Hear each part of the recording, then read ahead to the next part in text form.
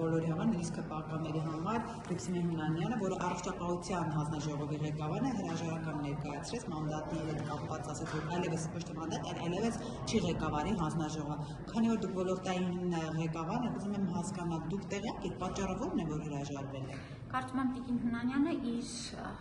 գրառման մեջ սպառիչ պատասխաններ տվել է, ավելացնելու բան չունեմ։ Կարծում եմ նաև նրա այս քայլը շատ գնահատանքի արժանի է, որ անձը պատասխանատվություն զգալով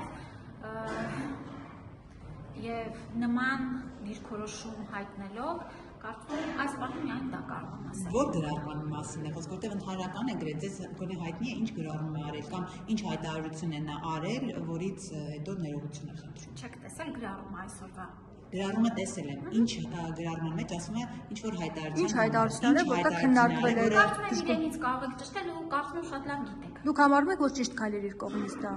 Ես կարծում եմ, որ իր քայլը գնահատանքի արժանի է եւ ինքն էլ իր գրառման մեջ բոլոր հարցերի պատասխանը։ Այդ դեպքում ինչու իրեն հանձնաժողովի նախագահ ընտրեցին, որովհետև հենց այդ ժամանակ էլ քննարկվում էր իր մասնագիտական գիտելիքները, չէ՞ դրանով է պայմանավորված եղել։